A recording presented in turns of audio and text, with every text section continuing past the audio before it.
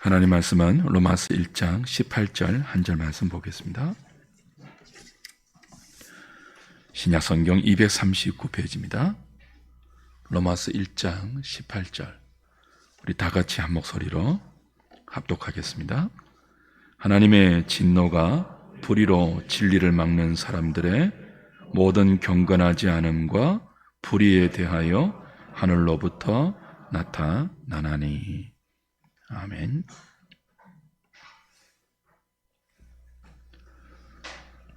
지난 2주간에 걸쳐서 로마서의 핵심 구절인 1장 16절, 17절의 의미를 살폈습니다.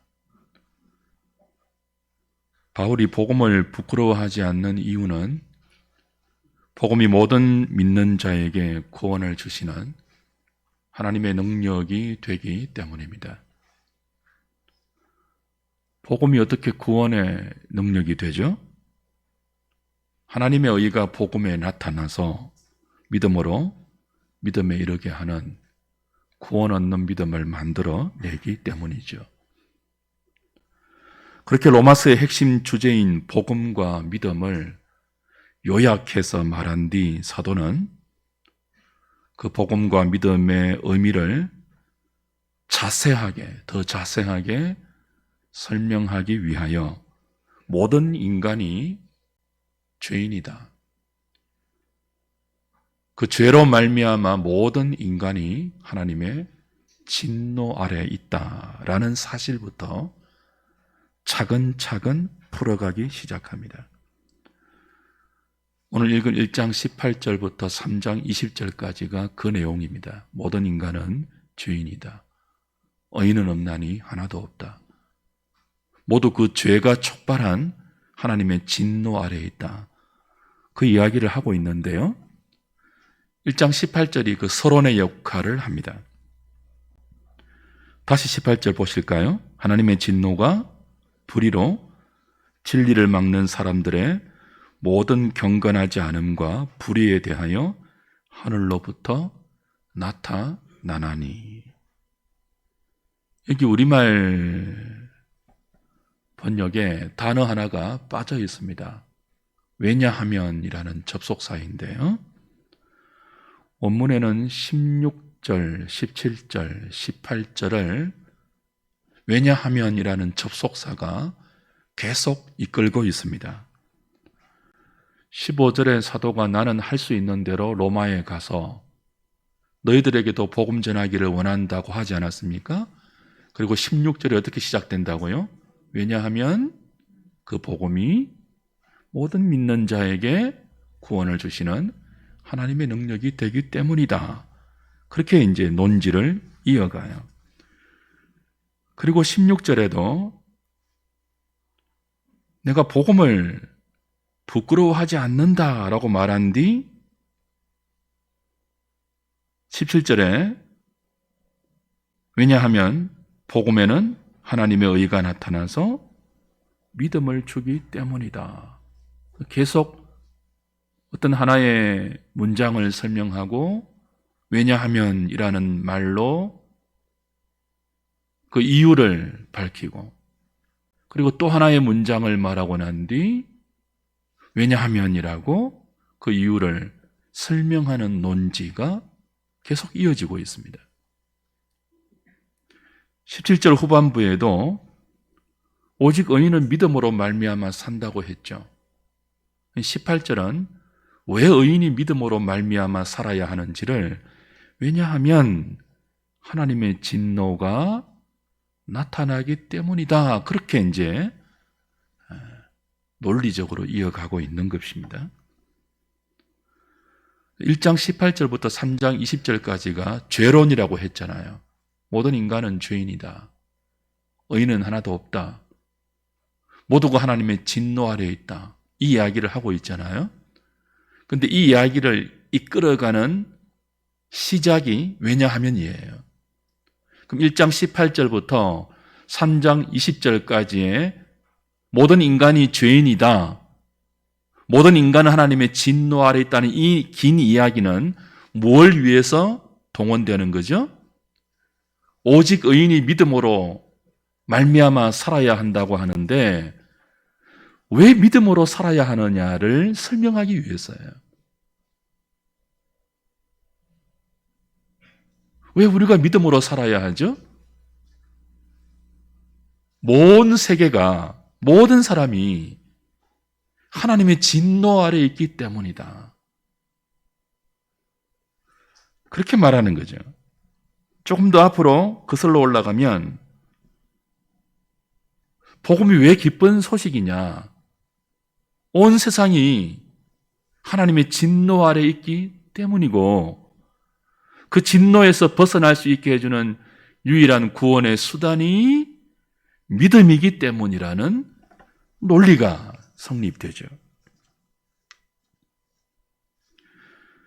여기 흥미로운 대조가 하나 나오는데요. 17절과 18절에 똑같이 나타난다는 중요한 개념을 가진 단어가 등장합니다. 근데 그 적용이 조금 달라요. 17절에는 하나님의 의가 복음에 나타난다 그랬죠. 18절에는요. 하나님의 진노가 하늘로부터 나타난다 그래요. 하나님의 의는요. 복음에 나타나요. 하나님의 진노는요. 하늘로부터 나타나 땅으로 쏟아지고 있습니다. 복음과 하늘의 대조, 그리고 믿는 자와 모든 자가 대조되고 있습니다. 복음에 나타난 하나님의 의는 믿는 자에게 적용되죠. 하늘로부터 나타난 하나님의 진노는요, 땅에 사는 모든 인생에게 적용되어요. 이 두 대조를 좀 주목할 필요가 있습니다. 하나님의 의가 일으키는 구원은 보편적이 아닙니다. 선택적입니다. 믿는 자에게만 구원이 적용됩니다. 그러나 하나님의 진노가 일으키는 심판은 보편적입니다. 그 진노가 하늘로부터 나타나고 있기 때문에 하늘 아래에 있는 땅에 사는 모든 인간에게 예외 없이 하나님의 진노가 적용되고 있고 부어지고 있죠.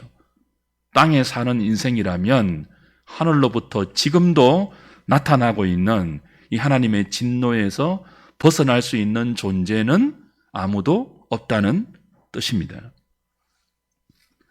왜 예수님이 복음이죠? 이런 피할 수 없는 하나님의 진노에서 벗어날 수 있는 유일한, 벗어날 수 있게 해주는 유일한 구원자이기 때문입니다. 왜 믿음이 필요하죠? 구원을 얻기 위해서 하나님이 마련해 주신 유일한 구원의 수단이기 때문이에요. 예수님이 복음인 이유는 유일한 구원자이기 때문이고 우리가 믿음으로 살아야 하는 이유는 그 믿음이 하나님의 진노에서 벗어날 수 있게 해주는 유일한 구원의 방편이기 때문이에요. 구원의 근거는 구원자이신 예수 그리스도뿐이고 구원의 수단, 구원의 방법은 그 예수를 믿는 믿음뿐이기 때문에 예수님과 믿음이 중요하다는 거예요. 그 사실을 설명하기 위해서 1장 18절부터 3장 20절까지 긴 죄의 이야기를 합니다. 그 죄가 촉발한 하나님의 진노를 이야기하죠.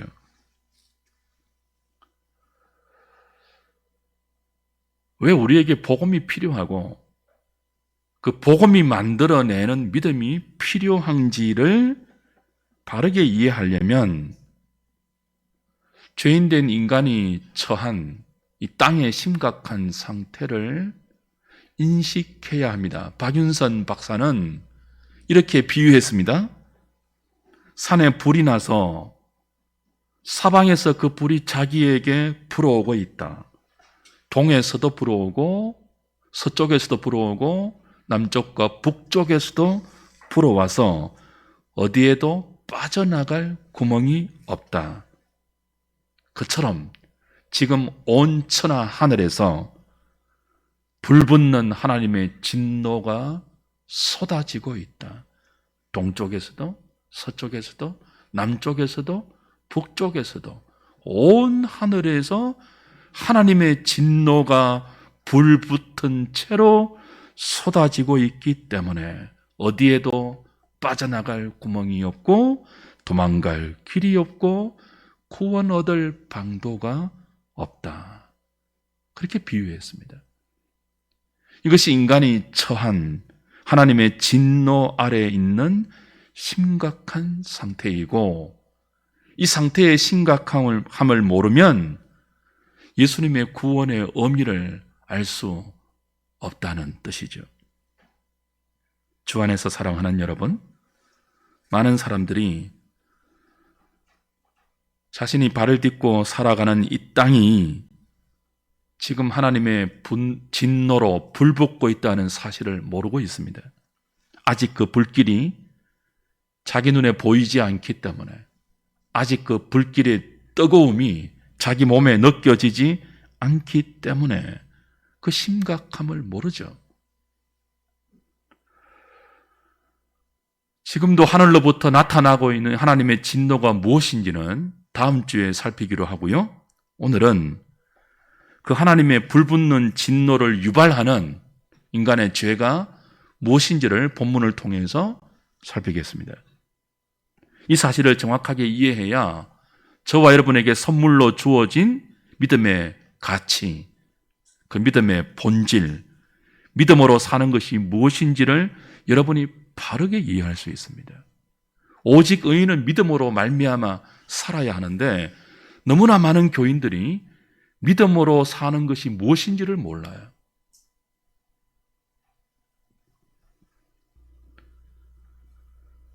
하나님의 진노를 유발하는 가장 큰 원인이 본문에서는 두 가지로 말씀되죠.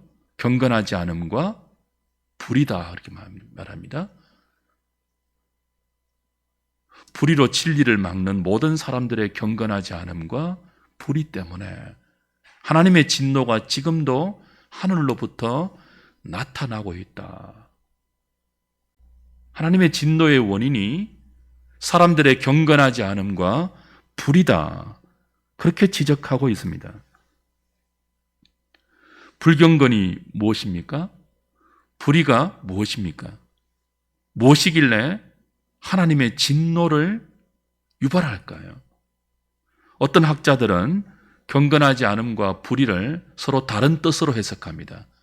경건하지 않음은 하나님과의 관계에서 문제가 생긴 것, 불의함은 사람과의 관계에서 문제를 일으키는 것, 서로 다르게 해석하는데요. 깔뱅을 비롯한 개혁주의권의 수많은 학자들은 그렇지 않다, 이 두 단어가 다른 것이 아니고 인간의 총체적인 하나님을 대적하는 경향들, 하나님을 외면하고 하나님을 무시하고 하나님과 원수되어 있는, 하나님과 상관없이 살아가는 인간의 그 본질적인 상태 그 자체를 서로 다른 두 단어로 함께 사용해서 강조했다, 그렇게 해석하고 있죠. 저는 두 가지 해석이 다 가능하다고 봐요. 사실 경건하지 않음에서 불의함이 파생되거든요. 그러나 상태적으로 보면 이 두 상태가 다르지 않거든요. 그 학자들의 해석이 다른 듯 보여도 사실은 맥이 통하는 거죠. 중요한 것은 단어의 뜻보다 이 단어들이 우리에게 가르쳐-주고 있는 상태예요. 경건하지 않음, 불의함, 둘 다 하나님과 인간의 관계를 규정해주는 개념입니다. 어떤 특정한 행동을 지칭하는 단어가 아니라 그런 행동들이 나올 수밖에 없는 상태를 가리키는 단어라는 뜻이에요. 경건이 뭐라고요? 어떤 하나의 거룩한 행동을 말하지 않고, 의로움이 뭐라고요? 통일하게 어떤 거룩한 행위나 표정이나 어떤 그런 특정한 행동이 아니라 상태를 가리킨다는 거죠. 소율의 문답 1문에 인생의 제일 가는 목적이 뭐냐라고 묻지 않았습니까? 여러분이 이제 답을 아시죠? 답이 무엇입니까? 하나님을 영화롭게 하고 영원토록 그를 즐거워하는 것이죠. 하나님을 영화롭게 하는 상태, 영원토록 그를 즐거워할 수밖에 없는 관계의 상태, 그게 경건입니다. 여러분이 사랑에 빠져보신 적이 있죠? 사랑에 빠지면 그 사람의 소유, 그 사람의 외모, 그 사람의 조건과 상관없이 그 사람 자체가 좋지 않습니까? 눈에 뭐가 덮어 씌었다고 말할 수밖에 없는, 키가 크면 커서 좋고 작으면 작아서 아담해서 사랑스럽고, 눈이 작으면 작아서 귀엽고 크면 커서 좋고, 마르면 날씬해서 좋고 뚱뚱하면 푸근해서 좋고, 그냥 그 사람 자체가 좋은 상태, 사랑에 빠진 거죠. 하나님과 우리의 관계도 그렇게 사랑이라는 말 외에는 설명이 안 되는 밀접한 관계, 하나님이 나에게 무엇을 주셔서가 아니라 하나님 자체가 뭐죠?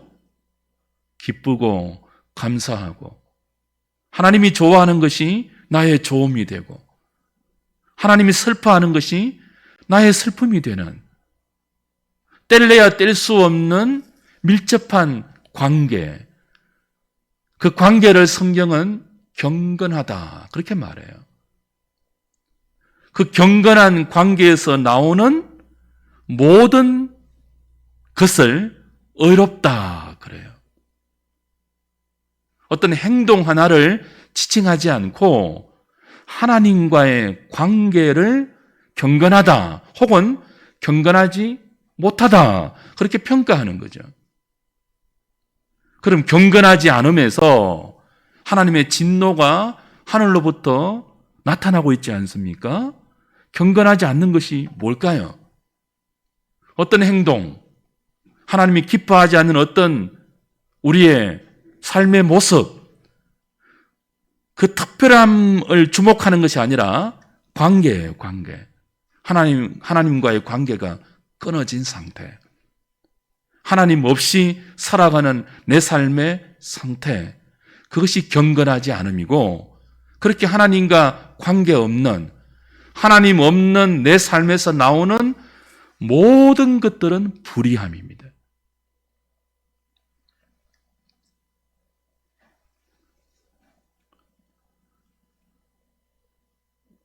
하나님으로부터만 의로움이 나오고 경건함이 나오고 생명과 진리가 나오기 때문에 하나님 없이 인간 스스로 독립적으로 어떤 아름다움과 진리와 선함과 가치와 의미를 참되게 만들어낼 수는 없어요.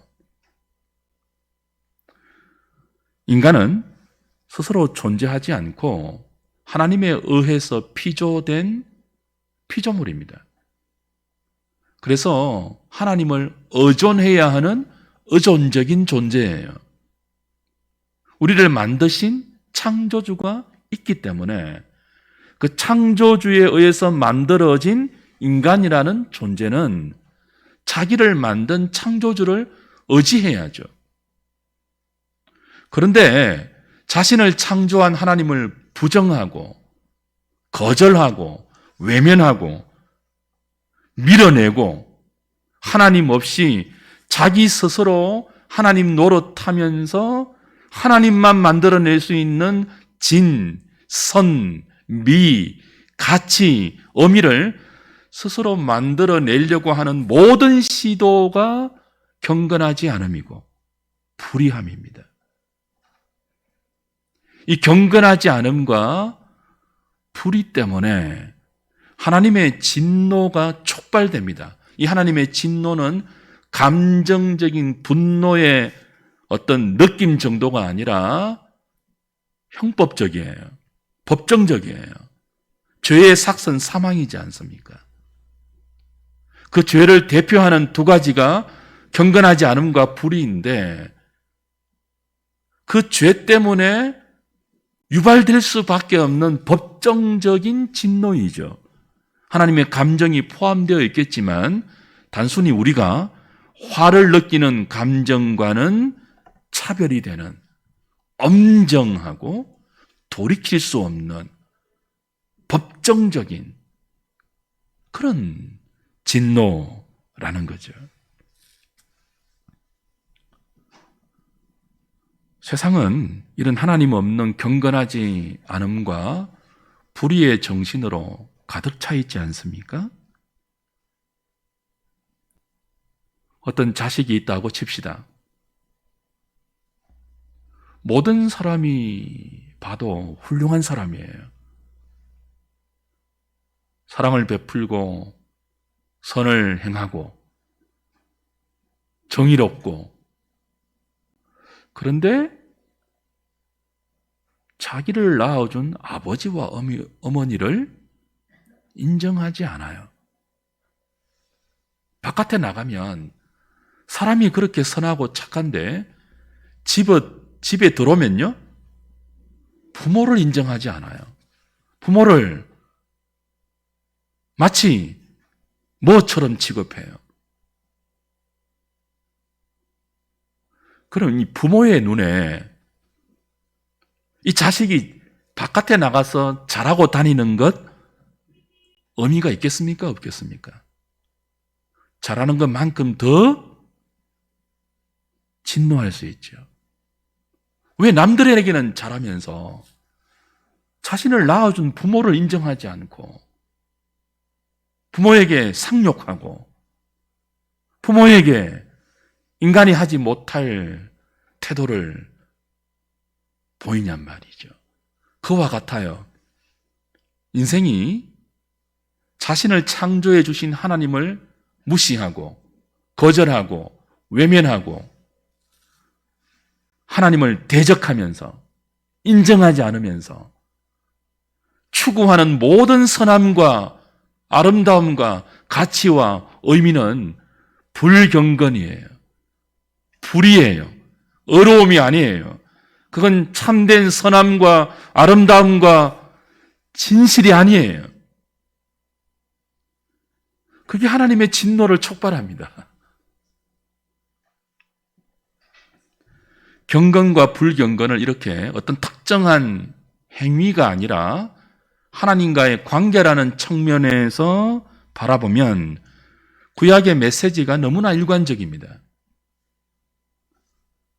하나님께서 가나안 땅을 이스라엘에게 약속하셨습니다. 그리고 약속하신 그 땅에 들여보내기 전에 무엇부터 주시죠? 출애굽 시킨 뒤 광야 시내산에서 모아서 뭘 주십니까? 십계명을 주세요. 그리고 율법을 주세요.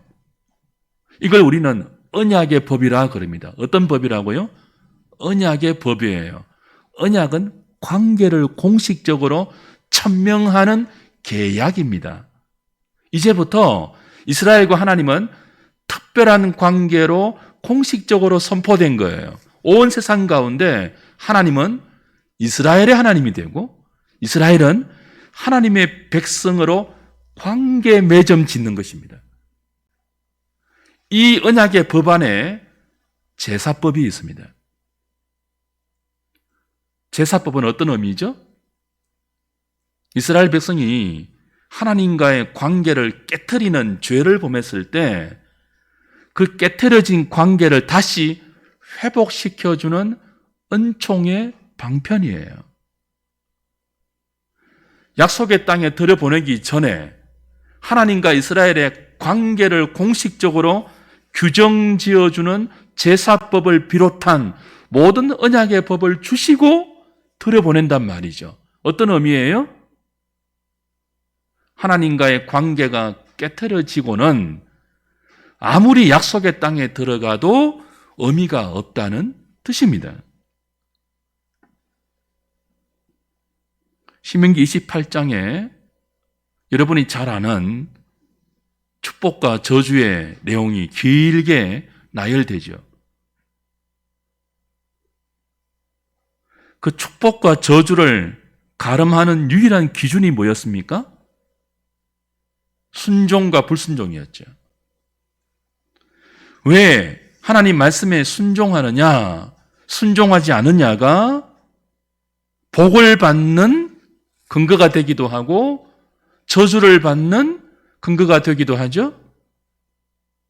이 순종은 나와 하나님과의 관계를 소중히 여기고 있느냐,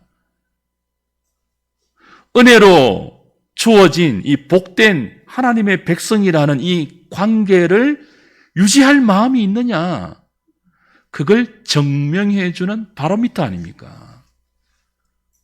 하나님의 은혜로 나에게 주신 하나님의 백성이라는 이 복된 상태, 하나님이 나의 하나님이 되고 내가 하나님의 백성이 되는 이 복된 상태를 내가 감사함으로 내 삶에서 계속 이어나갈 뜻이 있느냐를 순종으로 드러내는 것 아닙니까? 불순종한다는 것은 어떤 뜻이에요? 그 관계 내게는 아무런 의미가 없다는 뜻이에요. 그 관계가 중요하지 않다는 뜻이에요. 관계가 중요하면 말씀을 지키죠. 부부 사이에도 남편과 아내 사이의 관계를 다른 어떤 것보다 중요하게 여기면요, 서로가 서로의 말에 귀를 기울입니다. 듣습니다. 그 말을 지키려고 합니다. 그래서 순종과 불순종이 하나님 백성들의 복받음과 징계받음의 유일한 기준이에요. 무엇을 의미하죠? 관계의 중요성이죠. 그 바른 관계를 성경은 경건하다 그러고요, 그 바른 관계를 깨트린 죄를 불경건한 상태에 있다. 하나님과의 관계가 바르지 못한 깨어진 관계에서 나오는 모든 인간의 결과를 불의하다 그러는 거죠. 간혹 이런 사람 주변에 있습니다. 예수는 안 믿는데 굉장히 착한 사람 말이에요. 예수는 안 믿는데 굉장히 거룩하고 선한 사람 있죠. 법 없이도 살 수 있는 사람. 그런데 그 착한 사람이 하나님을 부정하고 하나님과 아무런 상관없이 산다면 그의 모든 선함, 그의 모든 평판, 그의 모든 거룩함은 성경이 말하는 누더기에 불과합니다. 심하다고 생각하지 마십시오. 성경의 진술이에요. 아무리 훌륭한 의라 할지라도 하나님 없이 만들어낸 결과는 모두 자기를 위한 자기의에 불과합니다. 그리고 하나님의 의가 아닌 인간의 자기의는 불경건한 상태에서 나온 불의의 열매 중 대표적인 항목입니다. 자기의는 사람들에게 칭찬받는 기준이 될 줄 모르지만 하나님께는 진노를 유발하는 가장 심각한 죄입니다. 군자의 의 아시죠? 너무 겸손한 사람. 말끝마다 제가 부덕해서 그렇습니다. 제 부덕의 소치입니다. 얼마나 어려운, 너그러운 군자입니까? 근데 이 군자의 의는요, 공공의 어려움으로 한 발짝도 진전되지 않습니다. 모두 자기 치장, 자기 증명, 자기 자랑으로 귀결됩니다. 자기가 욕먹으면요, 군자의 언은 그 즉시 중단됩니다. 명분이 드러나지 않으면 군자는 어렵게 행동하지 않습니다. 명분이 있어야 돼요. 왜 명분이 있어야 되죠? 자기를 나타내기 위해서죠. 그러나 신자의 의는 다릅니다. 신자의 의는 나를 통해서 거룩하신 하나님, 생명의 하나님, 우리에게 의를 선물로 주신 하나님을 드러내는 의입니다. 그 하나님을 높일 수 있고, 하나님께 영광을 돌릴 수 있고, 하나님을 나타낼 수만 있다면 무엇이든지 우리는 하죠. 신자의 의입니다. 내 몸에서 그리스도가 존귀히 될 수만 있다면 때로 나서기도 하고, 때로 잘난 척도 하고, 때로 욕도 먹습니다. 군자는요, 욕 안 먹습니다. 신자는요, 자기가 욕 먹어도 하나님이 드러날 수 있다면, 하나님이 높아질 수 있다면, 그리스도가 존귀히 높임 받을 수 있다면 욕 먹는 자리에 자신을 세워 그 욕을 감당합니다. 다르지 않습니까? 어떤 목사님이 이런 상담을 받았습니다. 교인 중에 한 사람이 열심히 봉사하다가 시험에 들었습니다. 누군가에게 교만하다는 말을 들은 거예요. 당신 왜 그렇게 교만해? 이 말 들은 거예요. 그래서 이 사람이 시험에 들었습니다. 어디까지가 겸손일까? 어디까지가 교만일까? 회의에 빠져버린 것이죠. 그래서 절대로 앞으로 교회를 안 하겠다는 결심을 하고 목사님을 찾은 거예요. 그리고 상담을 빙자해서 나 이제 안 합니다 라고 통보해버린 거예요. 이해가 되죠? 근데 여러분이라면 어떻게 하시겠습니까? 여러분이 정말 진심으로 교회의 유익을 위해서 열심히 일했습니다. 근데 누군가가 당신 왜 그렇게 교만해? 라고 말을 했다고 칩시다. 어떻게 하실래요? 다시는 일 안 하시겠습니까? 아니면 교만하다는 말을 듣고 계속 일하시겠습니까? 무엇이 관건이죠? 정답이 무엇입니까? 내가 교만하다는 욕을 듣고 그 말을 들어도, 그런 손가락질을 받아도 나의 그 교만이 교회의 유익이 되고 덕이 되고 하나님 나라의 진보가 된다는 판단이 되면 그 교만하다는 말을 들으셔야 됩니다.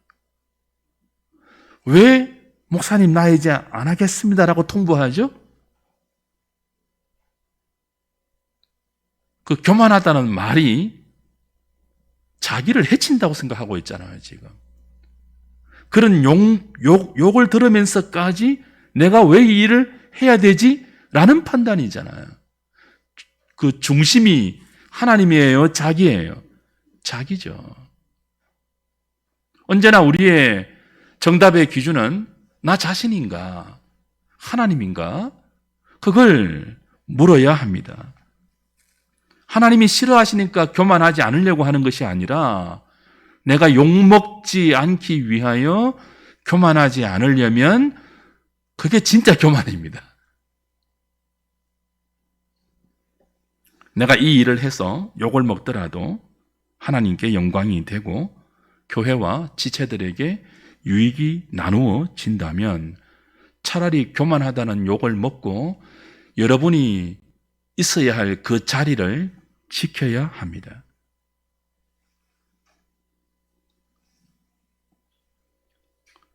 경건과 경건치 않음, 불의함과 의로움, 그 기준이 뭐죠? 하나님이냐? 자기 자신이냐? 하나님의 진노는 하나님을 배제하고 하나님 없이도 겸손을 떨고 하나님 없이도 아름다움을 추구하고 하나님 없이도 인생에 그 무엇을 만들어내려고 하는 모든 시도가 경건하지 않음이고 불의함이어서 하나님을 철저하게 무시하고 하나님을 짓밟는 배도이기 때문에 진노하신다고 성경은 말씀하고 있습니다. 모든 저주와 심판과 진노는 하나님과의 관계에서 비롯됩니다. 하나님을 사랑하느냐? 하나님과 나와의 관계가 그 사랑으로 묶여 있느냐? 아니면 그 관계에서 끊어져 있느냐? 그게 모든 차이가 있습니다. 목사님, 그래도 저는 헌금하고 있습니다. 열심히 교회에 봉사하고 있습니다. 열심히 예배드리고 기도하고 있습니다. 나는 그래도 성실하게 지금까지 내 삶을 살아왔습니다. 나는 그래도 비교적 선하게 살아왔습니다. 그건 다 정답이 아니에요. 그 모든 우리의 주장과 우리의 변명과 우리의 말이 하나님과 정상적인 관계에서 나온 열매여야 합니다. 하나님을 벗어난 그 어떤 정당함도 정당하지 못합니다. 하나님을 무시하고 하나님 없이 살아온 모든 열심과 성실과 의로움은 불의함입니다.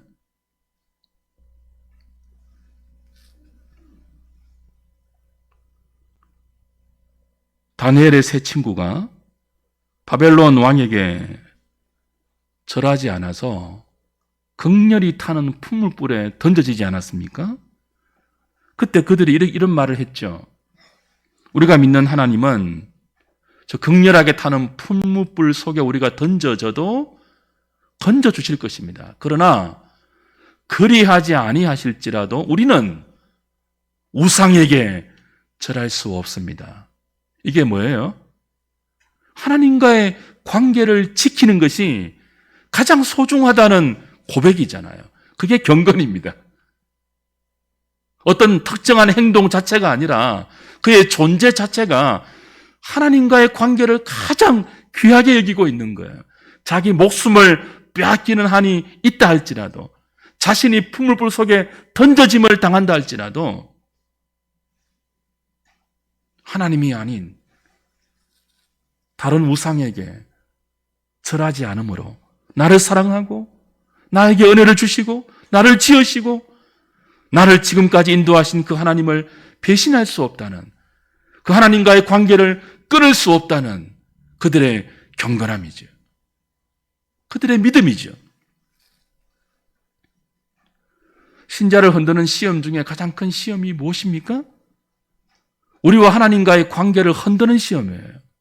돈을 내걸고 명예를 내걸고 쾌락을 내걸고 다른 어떤 눈에 보이는 좋은 것들을 안목의 정욕으로, 이생의 자랑으로, 육신의 정욕으로 내어 걸면서 하나님과 우리의 관계를 흔들어 버리는 거예요. 그게 불경건함입니다. 그게 불의입니다. 이 모든 싸움에서 저와 여러분은 자신을 믿음으로 지켜내어야 합니다.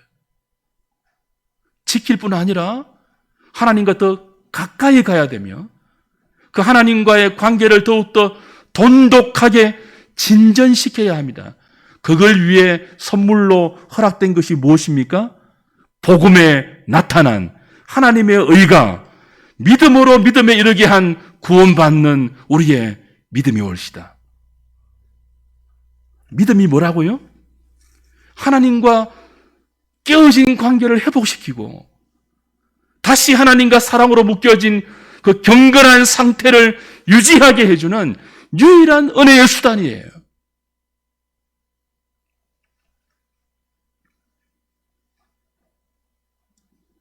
믿습니다 라는 이 우리의 믿음을 그리스도와 인격적인 관계 없이 자신의 욕망을 이루려는 도깨비 방망이로 휘두르지 마십시오.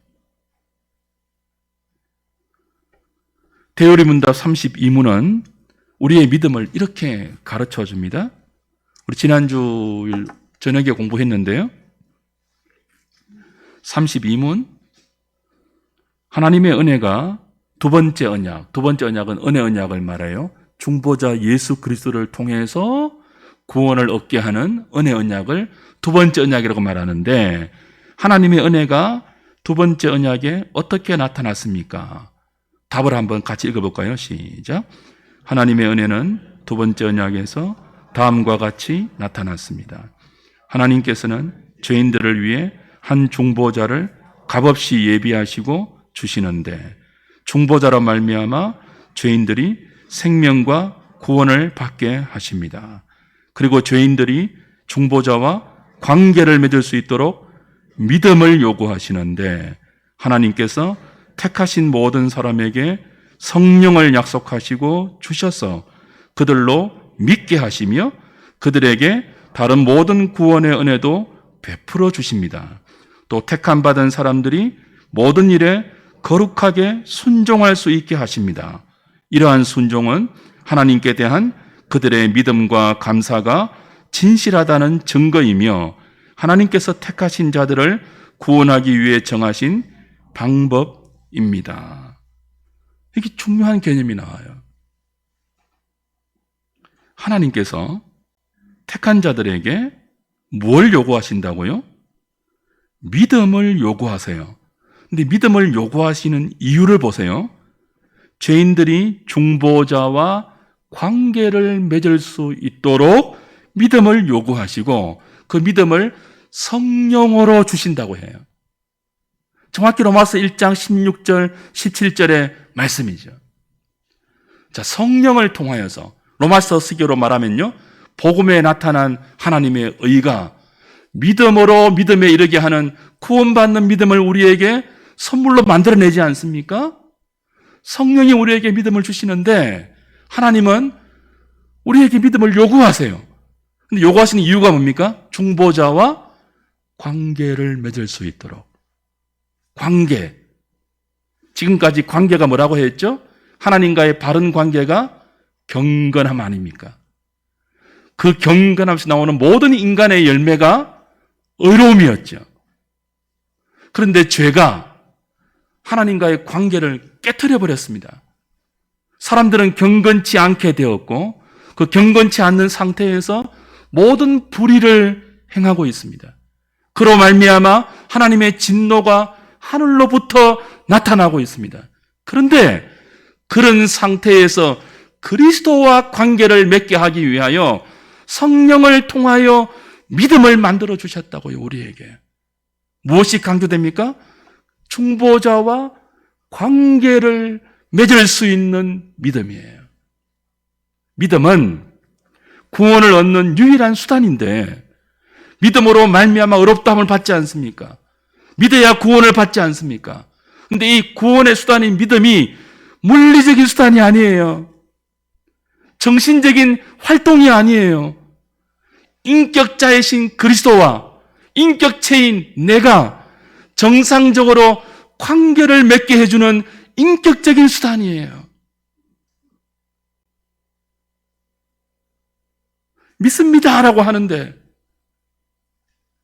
하나님과 아무 관계가 없고 묶여있지 않고 그분의 마음에 동참되어 있지 않고 그분의 기쁨이 내 기쁨이 되는 것이 무엇인지도 모르고 하나님이 무엇을 싫어하시는지 무엇을 슬퍼하시는지도 한 번도 생각해보지 않고 그저 세상이 만들어 놓은 가치관과 유행과 흐름에 급급하게 따라가면서 필요할 때만 믿습니다 하고 믿음을 들이미는 그런 믿음이 아니라는 거예요.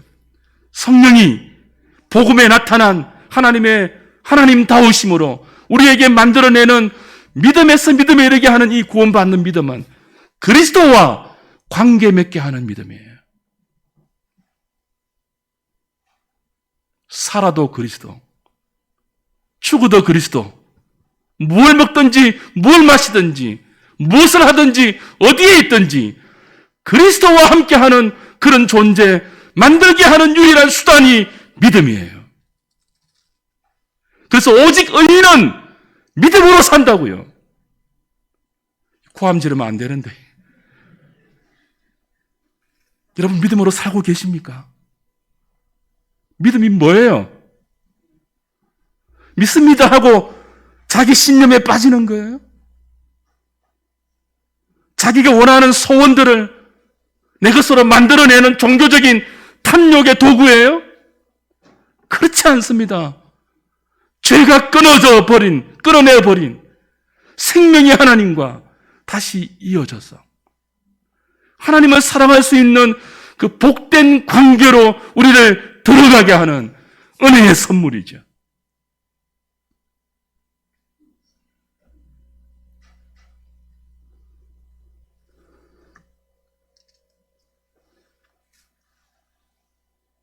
종교개혁자들은 구원 얻는 믿음을 세 가지 요소가 있어야 한다고 언제나 가르쳐 왔습니다.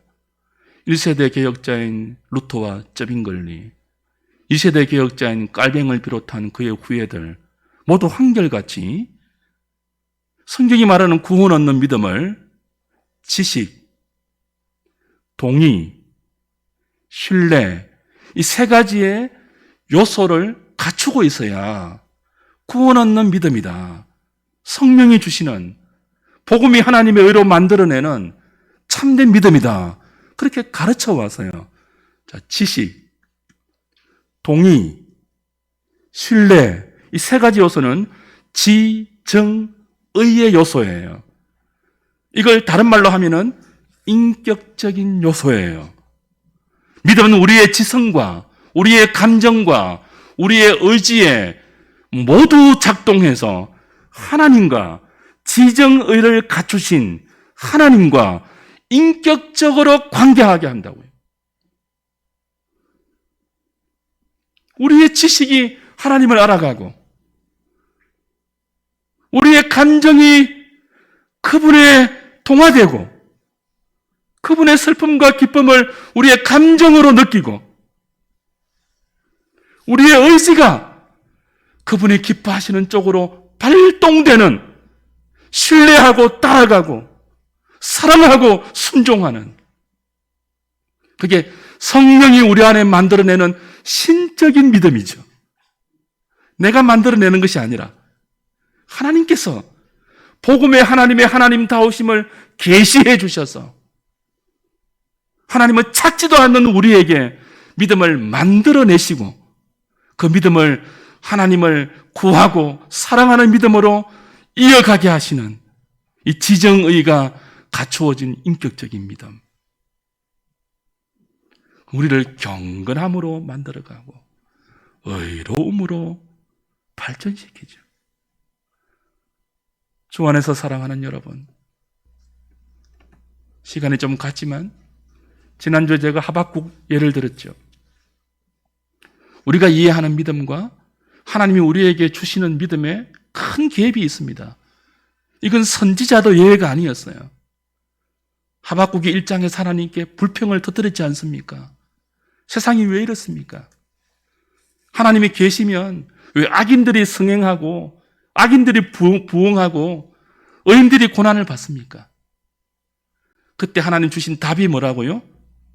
의인은 믿음으로 살아야 한다입니다. 하박국이 이해하는 믿음은 뭐였습니까? 예수 믿으면, 하나님 믿으면, 의인이 되면 그 믿음의 보상이 이 땅에서 정당함이나 어떤 유익이나 혜택으로 예수 믿는 사람이 받는 어떤 그 무엇으로 나타나야 한다고 생각했습니다. 근데 현실은요? 정반대였지 않습니까? 악이 행행하는데 하나님이 가만히 계세요. 그러면서 한마디 하시는데 뭐라고 하십니까? 나의 의인은 믿음으로 살아야 한대이. 그렇게 말씀하십니다. 무슨 뜻입니까? 믿음이 뭐라고요? 관계를 회복시키는 은총의 수단이었잖아요. 세상이 다 무너져도 살맛이 안 나고 눈에 보이고 귀에 들리는 거 보면 그냥 이 땅을 떠나고 싶은 그런 현실이라도 무엇이 있으면요? 하나님과 내가 묶여 있으면 그런 세상을 그분의 지혜로 통치하고 있는 하나님의 손안에 내가 있다면 그 믿음이 나에게 주어져 있다면, 세상을 떠날지언정 내가 하나님을 떠날 수 없는 이 믿음이 내게 있다면 그 관계 속에서 살아야 한다는 뜻입니다. 그래서 이게 어떻게 이어졌죠? 무화과 나무 잎이 무성하지 못하고 포도나무에 열매가 없고 감람나무에 소출이 없고 논밭에 식물이 없고 우리의 양이 없고 외양간에 소가 없어도 난 여호와로 인하여 즐거워하고 구원의 하나님으로 인하여 기뻐하리로다로 끝이 나지 않습니까? 관계잖아요. 무화과 나무의 관계 아니잖아요. 포도나무 열매 관계 아니잖아요. 감람나무의 소출, 논밭의 식물, 우리의 양, 외양간의 소, 그거 없어도, 그거 다 끊어져도 하나님과의 관계, 그것이 믿음으로만 내게 허락되면 기뻐하겠다는 거예요. 그리고 그 관계를 끊어지게 하는 무화과 나무의 풍성함, 포도나무의 거득함, 감람나무의 빽빽한 소출, 소용없다는 거예요. 사랑하는 여러분, 끊임없이 세상이 우리를 시험합니다. 너 돈 택할래? 하나님 택할래? 우리가 주변에서 보는 수많은 가정의 불행이 뭐예요? 조금 더 잘 살려고 하다가 나중에 이혼하는 거죠. 두 사람의 관계를 조금 더 사랑으로 지켜내지 못하고 그저 돈, 자식, 집 뭐 그런 거 추구하다가 두 사람의 관계에 금이 간 거예요. 가장 큰 시험이죠. 신앙이 똑같습니다. 왜 믿음을 선물로 주셨습니까? 그리스도와 관계하기 위해서입니다. 주 안에 사랑하는 여러분, 밤낮 그분을 생각하십시오. 사랑하면 늘 생각하는 사이가 됩니다. 그것이 오직 의인은 믿음으로 말미암아 산다는 뜻입니다. 살든지 죽든지 믿음으로 사십시오. 로마서 14장 23절을 보면요, 믿음으로 하지 않는 모든 것이 죄라고 했습니다. 하나님과의 관계 밖에서 하는 모든 것은 죄라는 뜻이죠. 선물로 주신 이 믿음 안에서 하나님을 잘 붙드시고 그 풍성하고 복된 관계를 잘 유지하시고 발전시키시고 자라게 하는 저와 여러분 다 되시기를 주님의 이름으로 축복합니다.